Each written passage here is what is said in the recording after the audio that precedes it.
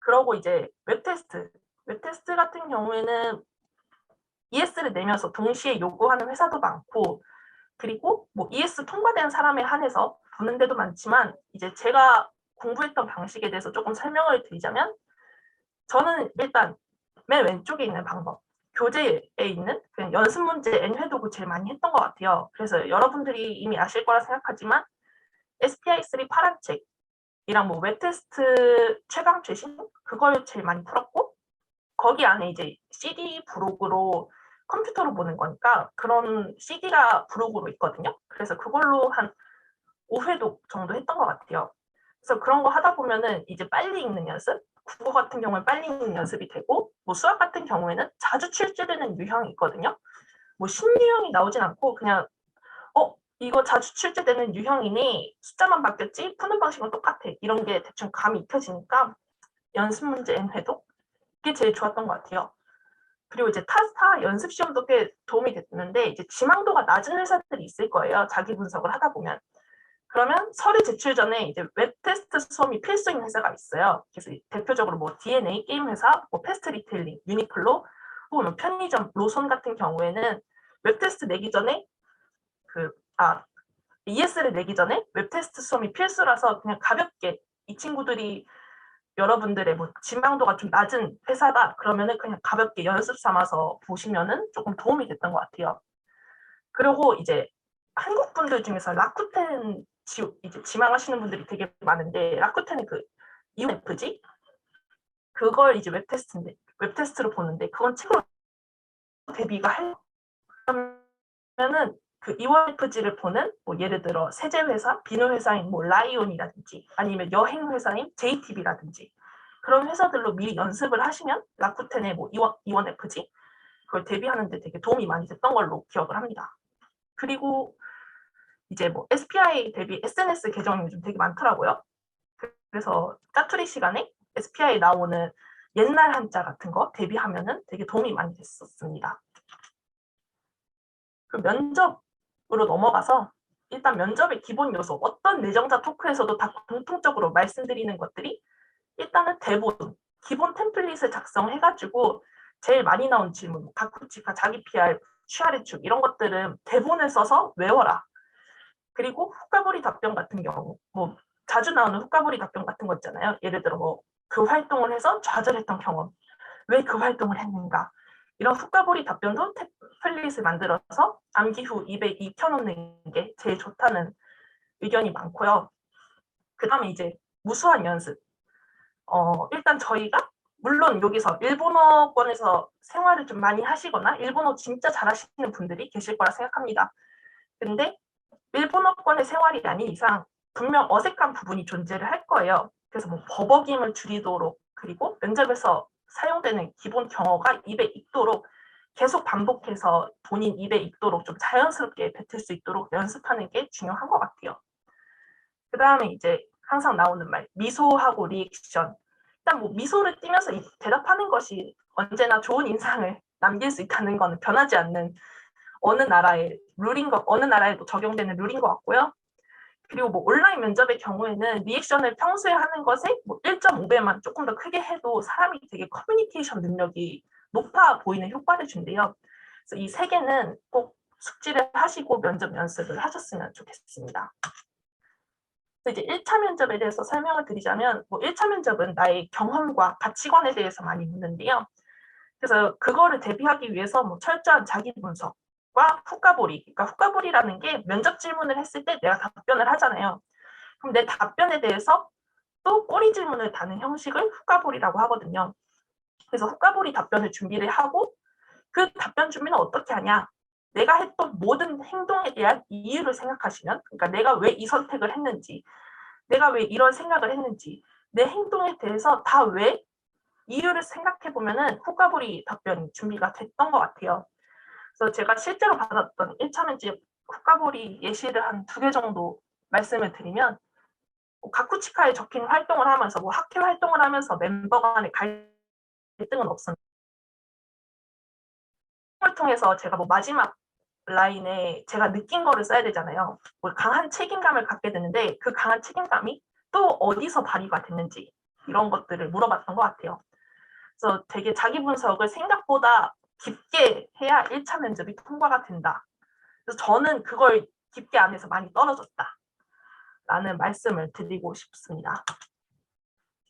그래서 아까 말씀드렸듯이 저는 이제 철저하지 못한 자기 분석으로 인해서 간신히 붙은 서류 선고들에서 모두 1차 탈락을 하게 되었습니다. 자기 분석을 조금 딥하게 해보자 해가지고 한창 1차 면접 시즌에 바쁠 때 자기 분석을 다시 했어요.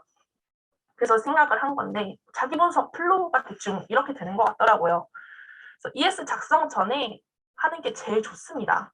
그래서 ES 작성 전에 지금까지의 내가 살아온 인생을 돌아보면서 자기 분석을 하는 게 제일 베스트고요.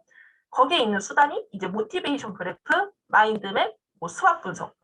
근데 이런 방법들은 이제 코렉 카페 그 검색창에다가 마인드맵 혹은 뭐 모티베이션 그래프 이렇게 치면은 하는 방법이 되게 구체적으로 게시글에 나와 있거든요. 그래서 그것들 참고하면서 저도 했던 것 같아요. 그리고 뭐 1차 면접 같은 경우에는 뭐 작성한 ES를 바탕으로 계속 훅가보리, 꼬리 질문들이 따라오는 형식이잖아요. 그래서 뭐 자기가 제출을 했던 ES 문장에 모든 근거를 생각을 해두시는 게 좋습니다. 그리고 당시의 감정을 회상을 하면서 이제 감정 내가 얼만큼 힘들었고 어떨 때 보람을 느꼈고 이게 진정성이 와닿아야 돼야 가점을 얻는 게 면접이니까 그때를 회상하시면 좋을 것 같고요. 그리고 뭐 2차랑 최종에서는 이제 지망도와 지원 동기랑 관련된 질문들이 많아서요. 치활의 축, 지망 동기 등의 자신의 성격과 가치관을 연관하면서 근거를 보충하시면은 네, 면접에서 통과가 됐던 것 같아요.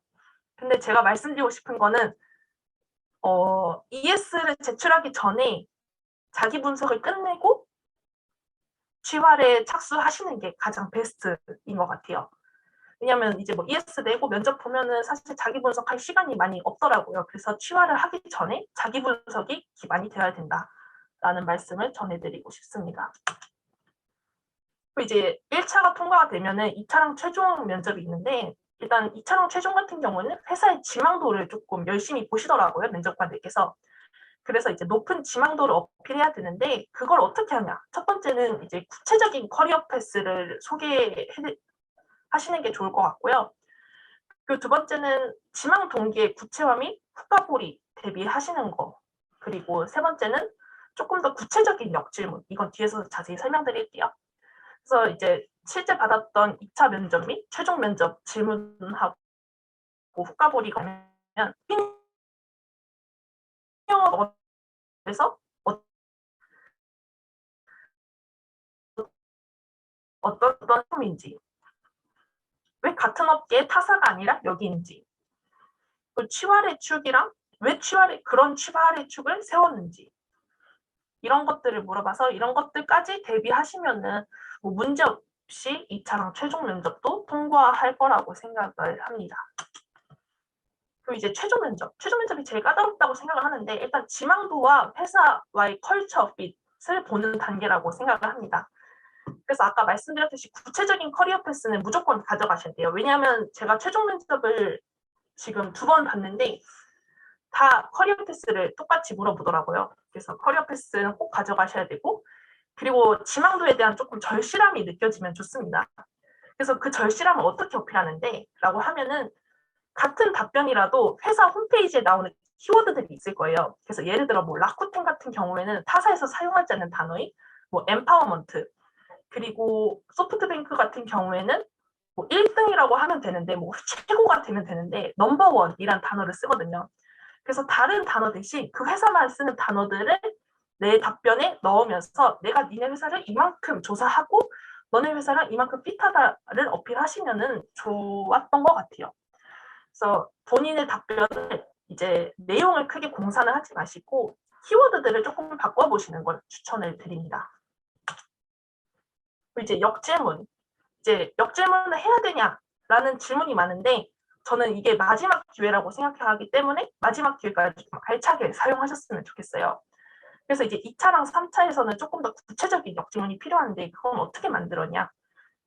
일단은 뭐 면접 담당자에 따라서 조금 재미있는 질문을 가져가 보자라는 생각이 들어서 저 같은 경우에는 뭐 인사팀 담당자가 나오면 사풍에 관련된 질문을 해야지 그러면서 사풍에 관련된 질문 3개를 가져갔고 영업팀 담당자가 나오면은 뭐 IR 조금 보고 난 뒤에 영업이랑 관련된 질문 3개 해야지 라고 가져갔던 것 같아요. 네. 근데 1차 면접에서는 약간 그 연차수가 조금 낮으신 분들이 많이 나오기 때문에 구체적인 역질문을 하는 게 되려 독이 됐던 것 같아가지고 1차 면접 같은 경우에는 남들이 많이 하는 뭐 무난한 질문, 일할 때 뭐 힘든 거 혹은 뭐 활약하는 인재상 이런 것들을 질문하는 게 좋을 것 같아요. 근데 뭐 2차나 최종 같은 경우에는 이런 것들을 가져가면 되게 좋아하셨던 기억이 있습니다. 그래서 역질문을 어떻게 만드냐라는 질문에는 내가 면접관이 되어서 회사의 모든 행보에 왜라는 질문을 던져보세요. 왜냐하면 면접관도 저희의 행동에 대해서 왜 그 활동을 했어? 왜 그렇게 생각했어? 물어보시면 면접관하고 회사의 모든 선택에 왜라고 보시면 조금 태운을 것 같아요. 그리고 두 번째로는 이제 같은 결의 질문도 상대를 잘 이해한 뒤에 조금 변형해 보는 걸 추천드려요. 그래서 예를 들어서 예시로 이제 왜라는 질문의 경우는 뭐 유럽 지역에서 너네 회사 매출이 약해가지고 그 지역의 매출 및 인지도를 늘리기 위해서 유럽을 겨냥한 광고는 알겠으나 왜 하필 광고의 배경이 파리야? 파리에 이미 너네 회사에 인지도가 있어? 혹은 뭐 파리 사람들이 너네 회사 제품과 관련이 많아? 라는 질문을 했던 것 같고요. 그리고 이제 세 번째 줄 보시면은 뭐 새로운 AI 상품을 영업할 때 고객층에서 저항감이 있으면은 어떻게 설득을 했는지라는 질문을 했어요. 근데 이게 사실은 뜯어보면은 이제 많은 지원자들이 하는 뭐 일할 때 힘든 점하고 뭐 해결 방법을 물어보는 질문인데 이거를 회사랑 직원들을 조금 이해한 뒤 그 입장에서 조금 변형한 거잖아요. 그랬더니 되게 좋아하셨던 것 같아요. 그래서 상대 입장에서 같은 질문도 상대 입장에서 조금 변형해서 하시는 거를 추천을 드립니다. 그리고 면접 준비는 어떻게? 되게 추상적인데 아까 말씀드렸듯이 계속 무수한 연습이 기반이 되어야 되는데 개인적으로 유튜브에 이제 모기 면세트, 모의 면접 검색하시고 그러면은 지금 뭐 24줄 친구들이 모의 면접 하는 게 나와요. 근데 그 친구들 걸 보면서 아 얘네들은 면접할 때 이런 단어를 쓰는구나, 이런 문장을 쓰는구나, 경어는 이런 식으로 쓰는구나를 보시고 많이 따라 하시는 걸 추천을 드려요. 왜냐하면 그 친구들이 저희의 사실 경쟁자, 미래 동기이자 뭐 경쟁자니까 내 앞에 사람은 면접 볼 때 이런 자세로 보는구나 라는 걸 조금 감을 익히시면서 그 모의 면접 영상을 많이 참고를 하시는 게 좋을 것 같아요. 그래서 추천 채널은 뭐 히로상 채널이랑 뭐 슌다이어리 슈카츠 거기를 좀 추천을 드립니다.